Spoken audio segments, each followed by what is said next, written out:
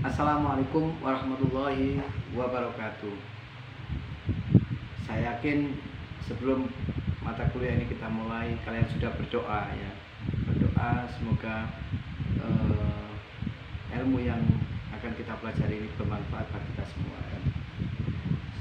Seperti pertemuan minggu-minggu yang lalu, saya tetap senang, bersyukur karena bisa bertemu dalam mata kuliah ini ya, karena mata kuliah ini sangat menyenangkan sebenarnya, karena nanti yang kita hadapi itu adalah orang-orang yang punya kekhususan atau yang punya keunikan ya.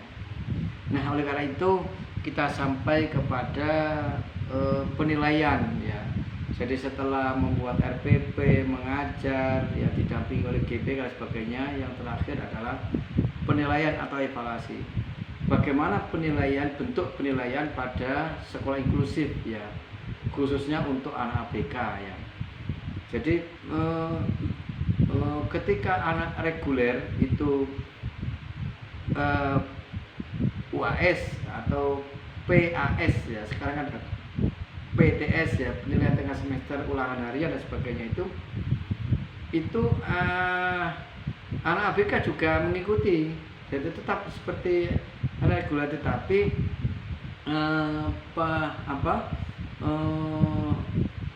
pelaksanaannya ya bersama-sama, tetapi soalnya yang agak berbeda ya di zona kemampuan. Nah, penilaian atau evaluasi untuk anak ABK itu seperti yang saya katakan tadi itu ya, sama dengan waktunya sama, tetapi soalnya itu disesuaikan dengan kemampuan ABK ya. Jadi misalnya di sana ada ya, masih tetap seperti ini, ada ulangan harian, ada PTS ya, penilaian tengah semester, ada PAS, penilaian akhir semester, ada UKK misalnya, ulangan kenaikan kelas.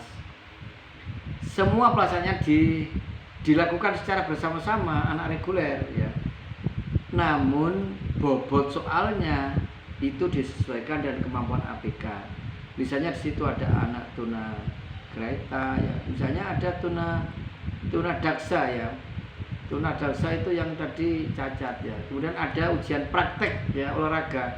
Maka mungkin tidak ikut praktek karena mungkin dia kesulitan kalau praktek olahraga, karena ada kelainan di bidang di kaki, ada tangannya.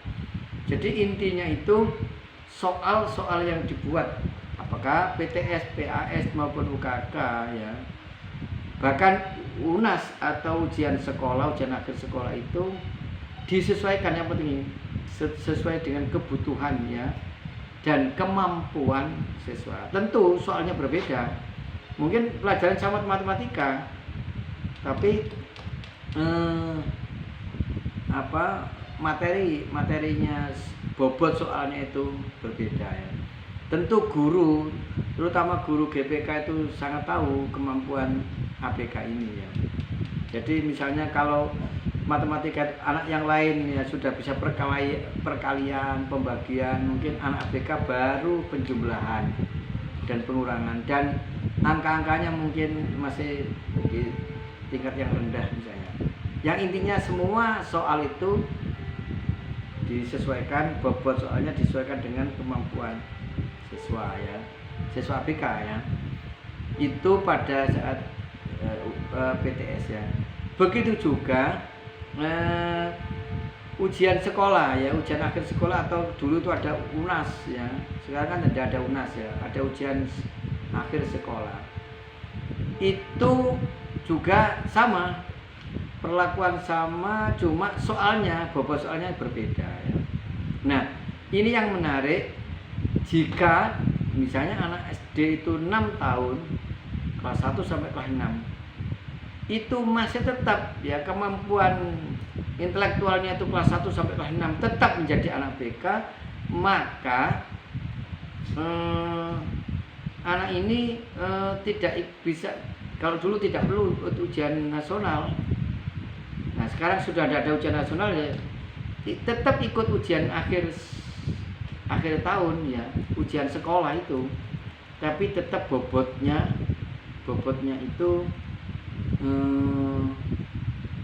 disesuaikan dengan kemampuannya.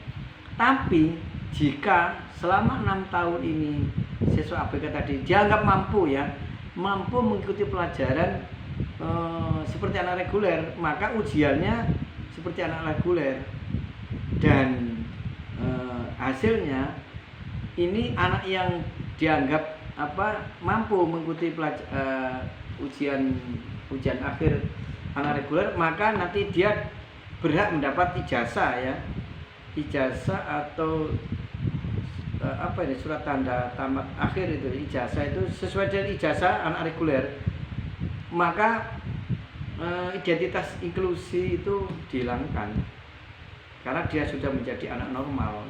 Dan ini yang bagus, yang dianggap berhasil, karena selama 6 tahun dia setelah dididik, dilatih dengan penuh kasih sayang itu, ternyata dia mampu mengikuti pelajaran anak reguler, maka nanti ijazahnya seperti anak reguler ya.